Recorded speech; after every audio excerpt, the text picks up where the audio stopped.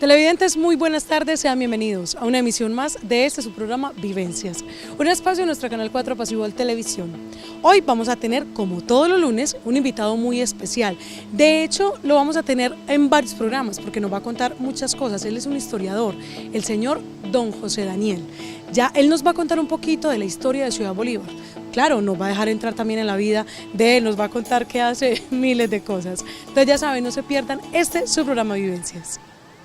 Vivencias, ven y cuéntanos tu historia, es compartir y aprender. Vivencias, el programa que quiere la gente como tú.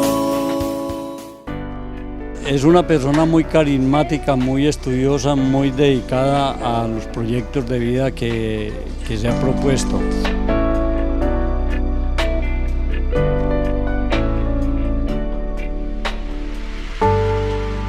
Y se ha dedicado en su vida a hacer y a investigar sobre todas las propuestas de la región antioqueña y de la región risaraldense. Don José Daniel, muchas gracias por aceptar la invitación a su programa Vivencias. Pues muchas gracias por invitarme. Me encanta compartir con las personas que se dedican a el trabajo de socializar con la comunidad temas como la historia, los temas de antropología, el conocimiento por las costumbres de los pueblos. Estoy muy complacido de estar aquí con ustedes. Bueno, José Daniel, inicialmente quiero hacerle una pregunta que yo creo que todos los televidentes deben de estar preguntando. ¿Quién es José Daniel Trujillo? José Daniel Trujillo es un abogado nacido en Santuario Risaralda, pero cuyas raíces paternas están en Ciudad Bolívar. Yo soy bisnieto de uno de los mayores troncos fundacionales del suroeste antioqueño. Hablo de don Teodomiro Restrepo Botero, papá o padre de una persona que es más cercana a los bolivarenses, dado que su nombre está grabado en la plaza principal. Hablo de don Alejandrino Restrepo, hermano de mi abuela Florentina Restrepo. Mire que todo va enlazado. Definitivamente usted está untado de Ciudad Bolívar por todos los lados. Aquí viví algunos años de mi niñez. Mi padre tuvo un percance en Santuario Risaralda, una historia que inclusive quedó plasmada en una novela de Germán Castro Caicedo llamado El Hueco. Y entonces ese revés que tuvo mi padre nos obligó de un día para otro, abandonar el santuario y terminar viviendo muy niño, tal vez de 4 años, en Ciudad Bolívar. Y repito, aquí vivimos un par de años hasta que nuevamente nos llevaron a Medellín. Mi padre abandonó estas tierras por los años 40, se fue para lo que se llamaba la Olla del Quindío. La gente hablaba de la Olla del Quindío, pero no del departamento del Quindío. Realmente el territorio del Quindío es donde hoy está asentado Pereira. O sea, lo que las personas, los antioqueños llamaban el Quindío o la Olla del Quindío, son los territorios de Pereira y toda la zona aledaña. O sea que la parte, cuando usted estuvo acá en Ciudad Bolívar, me supongo, pues como nos contó que de 4 años, usted se lo llevaron, ¿y a qué edad volvió? No, yo nací, repito, en Santuario Risaralda. Nos traen en 1954 acá, estamos hasta el 54, 55, 56, nos llevan a Medellín y nos regresan a lo que hoy es la Virginia Risaralda, donde realizo ya mi bachillerato y donde inicio mis estudios como abogado y toda mi actividad laboral realizada en la ciudad de Pereira. Cuéntenos esa parte de escuela, esa niñez, anécdotas. Bueno, yo tengo como unos contrastes. Una familia por el Restrepo y Trujillo, demasiado rancia desde el punto de vista de los abolengos. Ajá. Mi abuela paterna, doña Florentina, hermana de don Alejandrino, creía mucho en los apellidos y a pesar de la pobreza en que finalmente ella termina, seguía siendo una señora muy aristocrática. Y mi padre rápidamente se va a estos entornos, calculo que desde 30, 32 años, y nunca nos habló de la familia, pues sabíamos quiénes eran nuestros tíos inmediatos, pero nunca nos habló de su papá, ni de sus abuelos, ni de sus bisabuelos. A mí, que me gusta un poco la genealogía, he tenido que remontarme a buscar de quién soy chosno, de quién soy bichosno. ¿Cómo que bichos? La Real Academia Española acuñó el término padre, hijo, nieto, bisnieto y tataranieto. Ya. Pero lo que sigue ahí, la sexta y la séptima generación, son los chosnos y los bichosnos.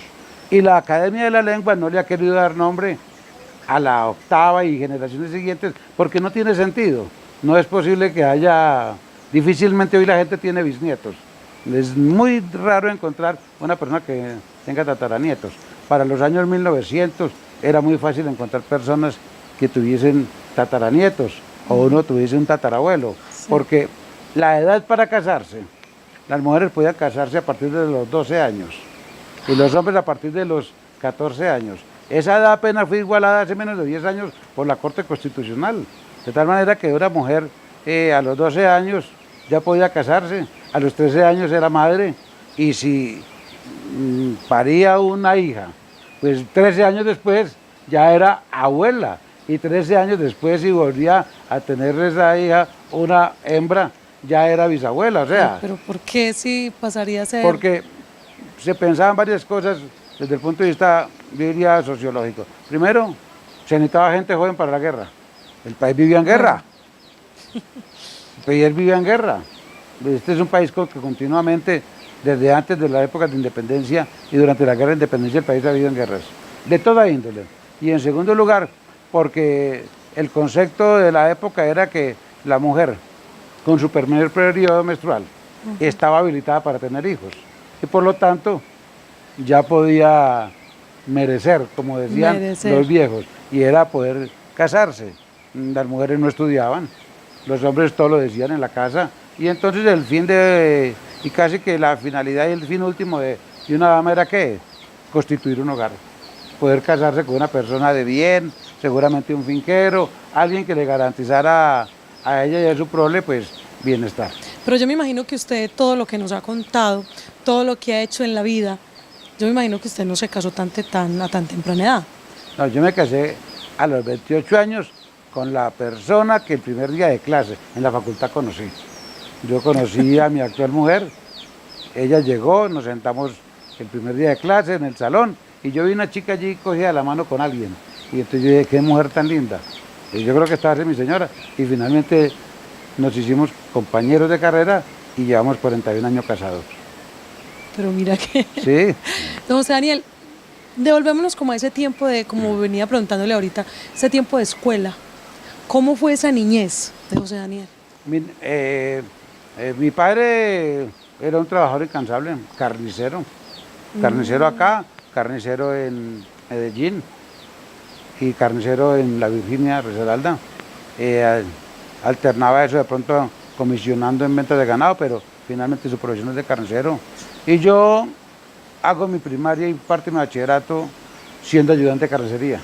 Los fines de semana en el mercado, termino independizándome. En la Virginia durante mucho tiempo hubo la plaza pública, la típica plaza de toldo, toldo independiente, sí. Que es hasta muy bello encontrar ese paisaje urbanístico de los días de mercado. Que ya qué pena que le interrumpa, ya todavía, aparte de que se ha acabado mucho, pero en ciertos municipios todavía se ve. Todavía se dan los toldos, y finalmente yo tuve toldo. O sea, yo fui independiente y hacía bachillerato, pero mi papá lo que decía era que lo más que nos podía dar, así lo decía, era que fuéramos bachilleres. Nunca hubo posibilidad que nos hiciésemos profesionales. Yo soy el mayor de 7 hermanos. Todos hombres. 5 hombres, 2 mujeres.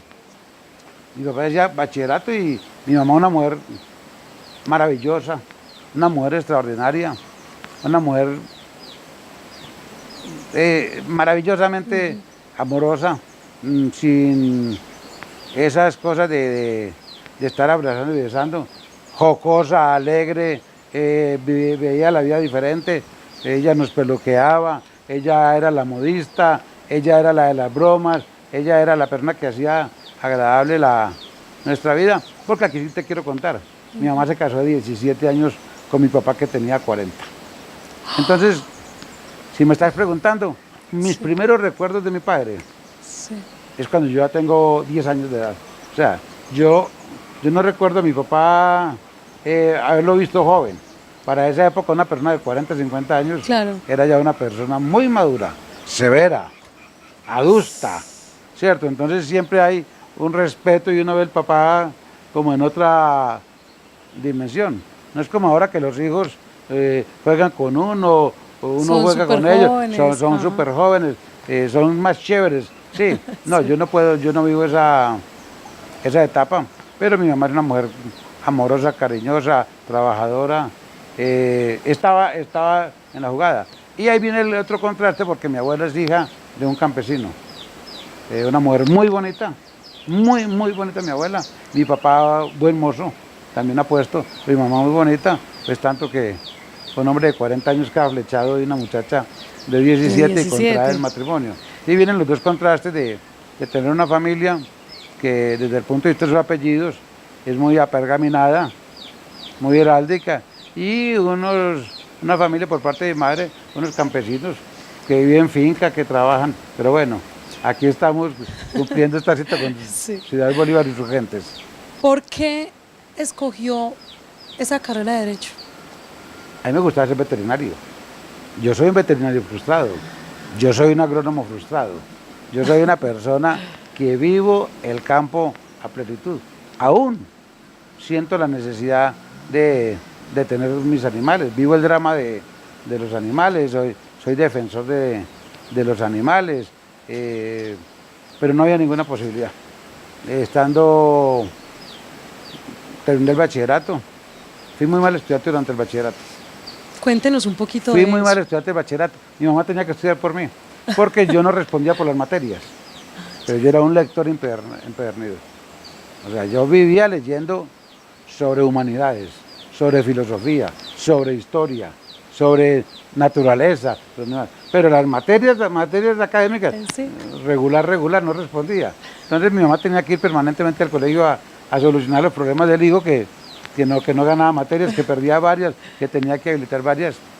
Y esto no es una invitación a nadie para que no sea buen estudiante, pero realmente debo decir que mi éxito Claro. fue toda esa formación humanística que me di por las lecturas y la preferencia hacia ciertas determinadas materias del conocimiento, como la historia, la geografía, esos temas que apasionan tanto. Decidió casarse a los 28 años.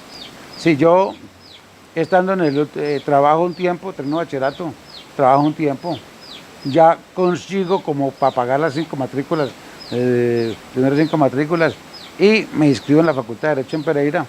Allí conozco, repito, a quien hoy es mi señora y madre de 3 hijos. Y en el último año de Derecho, yo me gano una lotería del Tolima. Una lotería del qué Tolima. bien. 300.000 pesos en 1976. Era tanta plata que con la mitad me compré un carro. Y con la otra mitad di una cuota inicial. El Instituto de Crédito Territorial hizo unos apartamentos muy bonitos. Y la cuota inicial era 30.000. Pues yo pude dar 60.000 pesos de cuota María. inicial para que no me quedara la deuda tan grande, y entonces la vida me sonrió en ese momento y ya tenía la posibilidad de tener el apartamento, el carro y una profesión en que defender. Don José Daniel, un hombre que en su trasegar por la vida ha dejado plasmadas vivencias propias y ajenas en páginas que quedarán enmarcadas para la historia. Bueno, usted también ahorita detrás de cámaras nos contó que ha hecho infinidad de cosas. Sí, Fue, aparte pues de que es abogado, yo es escritor.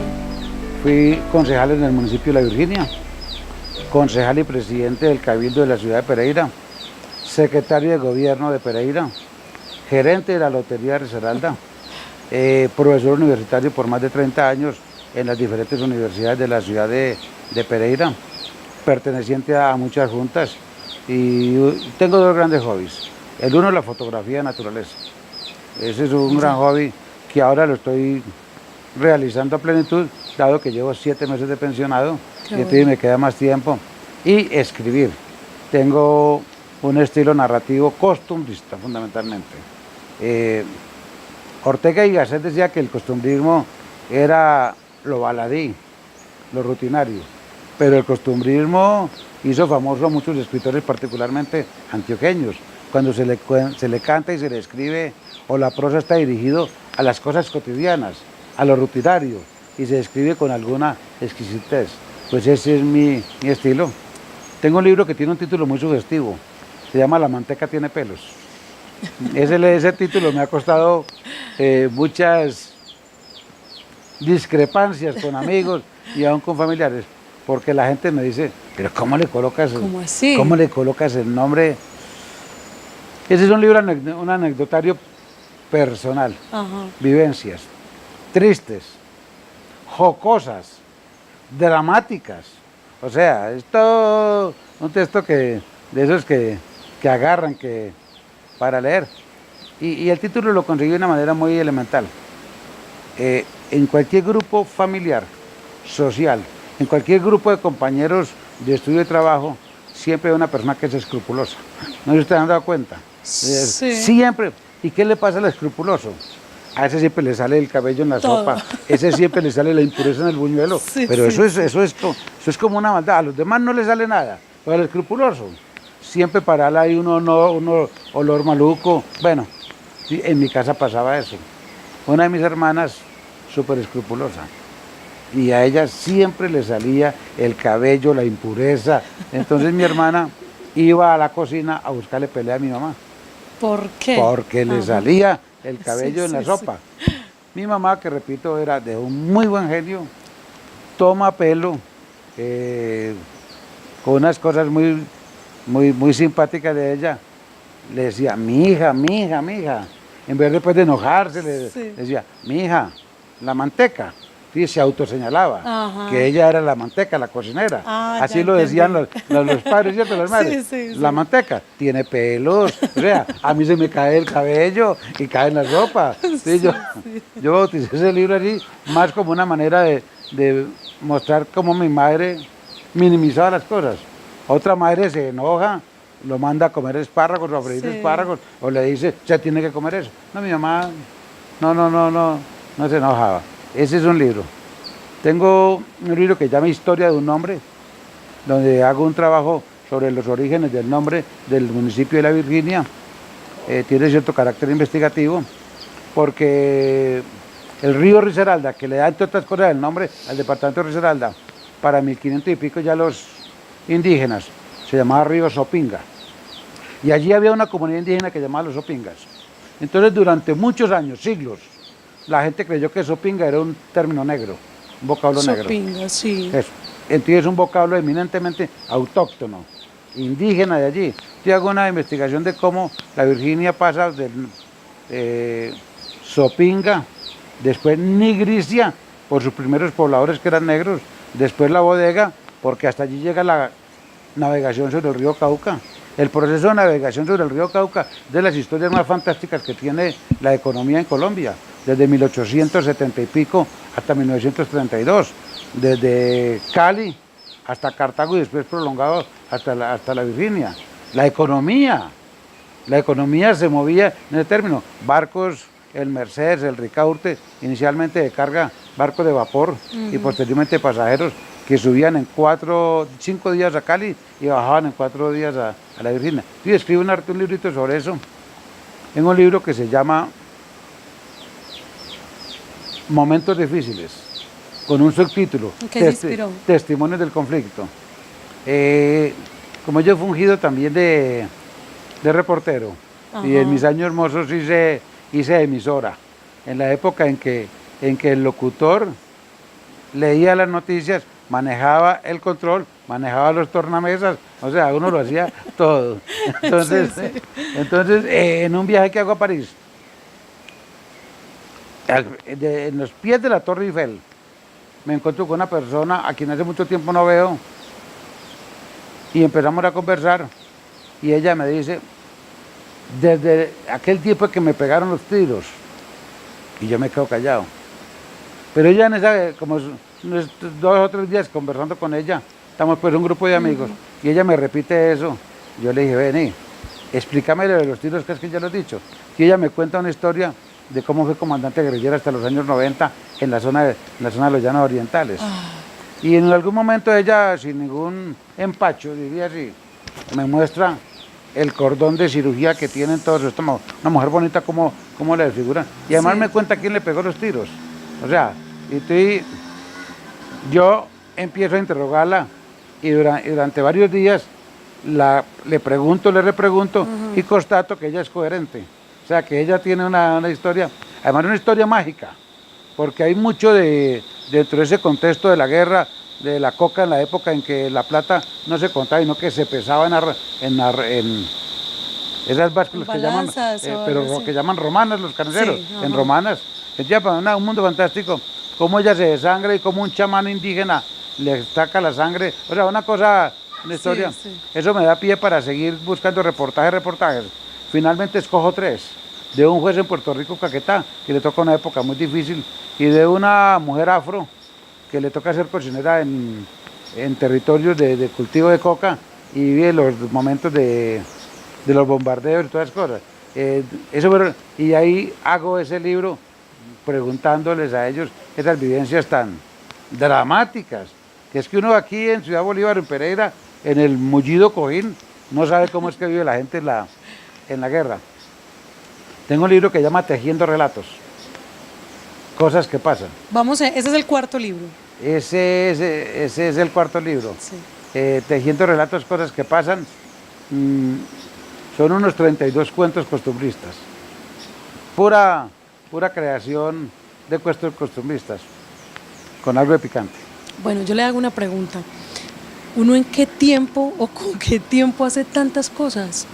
Es muy curioso, porque yo escribía trabajando y he dictado clase, o sea, yo necesito mucho ruido, necesito bulla, necesito que suene el teléfono, tener el televisor prendido, tener dos portátiles, estar firmando, estar hablando con la gente, así trabajo. El silencio no me sirve. Y entonces, cuando hay profesores que no me conversen hasta el final porque se me va la paloma, no, o sea, no me desconcentra absolutamente nada de eso. Y entonces eso me permitía escribir. Ahora estoy más desjuiciado, ahora que tengo tiempo, estoy un poco más desjuiciado porque estoy más suelto en cuanto a responsabilidades y quehaceres. Entonces, Tejiendo Relatos son cuentos de diferente tipo, pero todos dirigidos a cosas costumbristas, inclusive ecológicas, charras diría alguno. Sí. Y tengo un libro muy suspicaz que se llama Cuando el sexo era pecado. Es un librito pequeño, Es que el sexo es un tema muy complicado. Sí. Y aunque nos creamos muy liberales, el sexo sigue siendo un tema tabú en muchas de las sociedades, inclusive colombianas y de los pueblos. Diríamos que hay mucha mojigatería. Yo siempre he dicho que el mayor regalo que Dios nos ha dado para quienes creemos en ese ser superior es la sexualidad. Don maravilloso.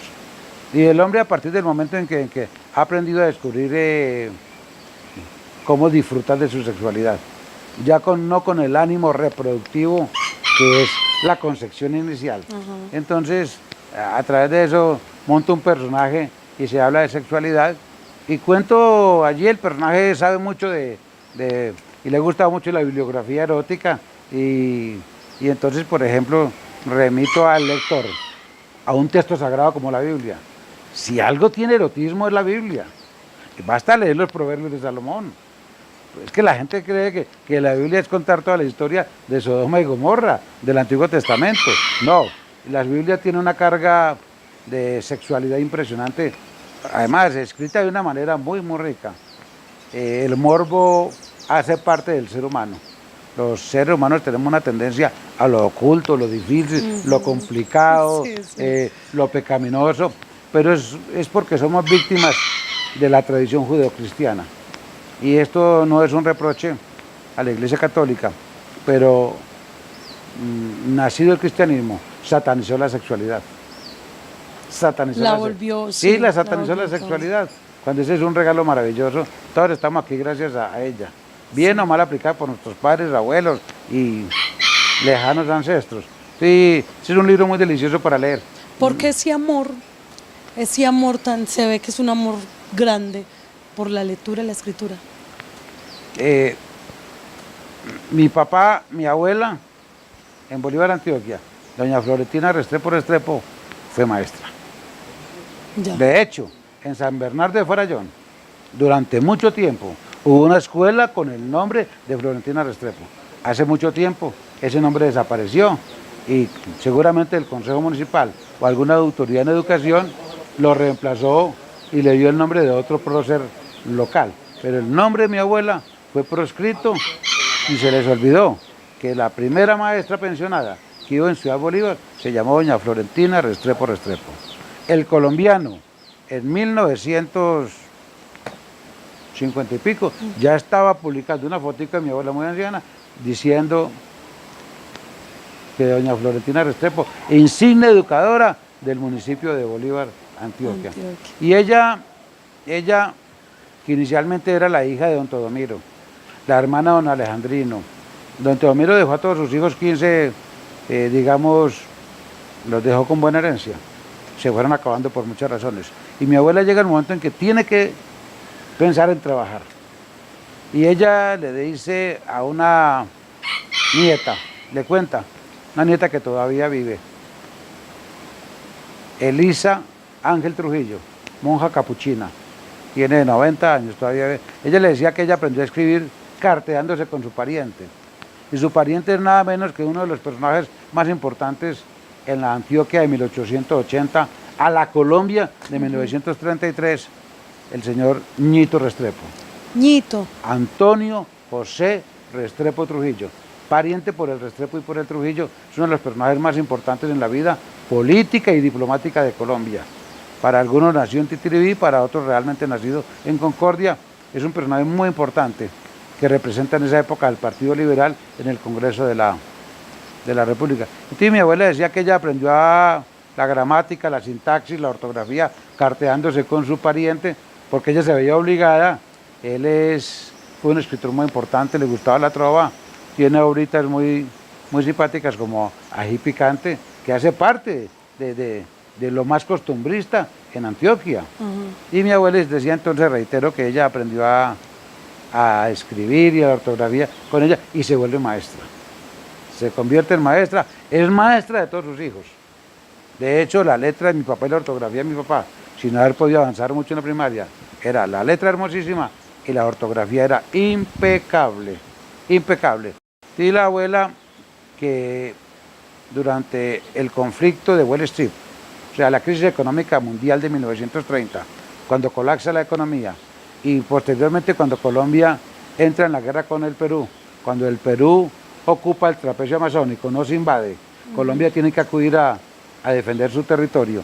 El gobierno no le volvió a pagar a los empleados, porque tenía que asumir los gastos de la guerra. Mi abuela nunca suspendió sus clases.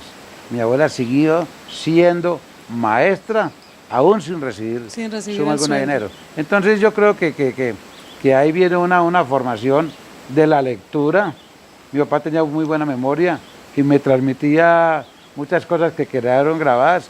Buena parte de algunas anécdotas que seguramente vamos a hablar de ellas, las recuerdo porque mi tío mayor, Horacio Trujillo Restrepo, me las contó. Inclusive yo las cuento a la gente de Bolívar, joven y ya adultos, muy adultos, y se quedan extrañados que yo sepa esas cosas, pero es que esa es la tradición oral.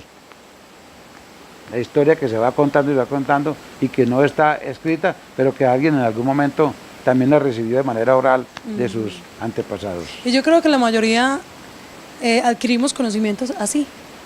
O sea, usted me enseña a mí una cosa, yo le enseño a mis hijos o a alguien y así, en esa manera. Pues hoy la didáctica y la ciencia y la educación lo llama los saberes previos. Y los saberes previos es esa carga de información que tú tienes. Cuando a una persona le permiten ya adulta que haga en 3 años un bachillerato o una primaria, pues claro que eso es posible, es que él ya tiene una cantidad de saberes previos que ya no hay que transmitírselos, claro.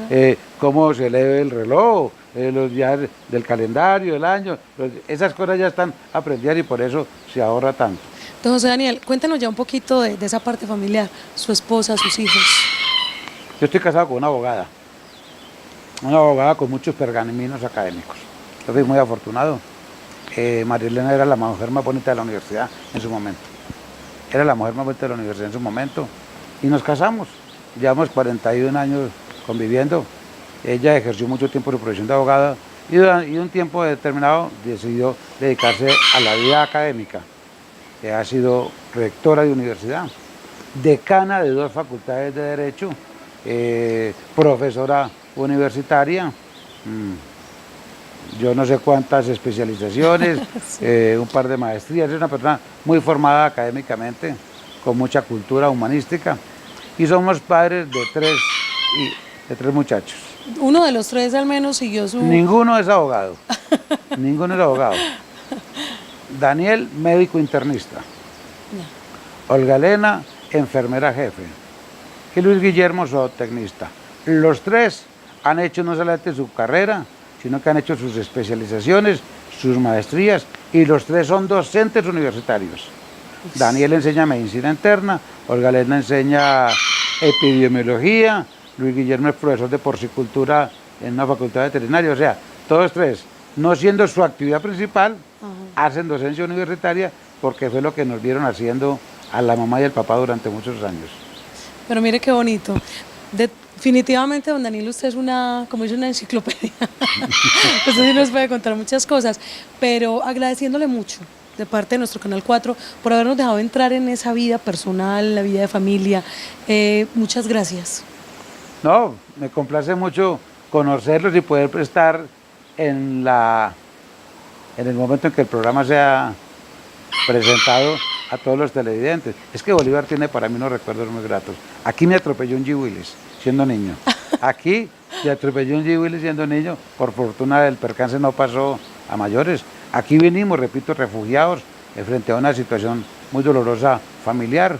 Y aquí siempre hemos tenido nuestros primos hermanos, nuestros tíos, nuestras tías, porque no he contado que casada mi mamá con mi papá, que repito era de Bolívar, una de sus hermanas, una tía mía vida materna, vino a visitarla acá, a conocer a Bolívar, y terminó viviendo acá hace casi 60 años, y se trajo otra hermana. O sea que yo tengo también tías maternas que viven en Ciudad Bolívar. Bueno, José Daniel, definitivamente esto está espectacular. Entonces, hagámosle la invitación a los televidentes para que nos acompañen el próximo lunes, para que sigamos hablando un poquito de las anécdotas de la historia de Ciudad Bolívar. Vivencias, ven y cuéntanos tu historia, es compartir y aprender. Vivencias, el programa que quiere la gente como tú.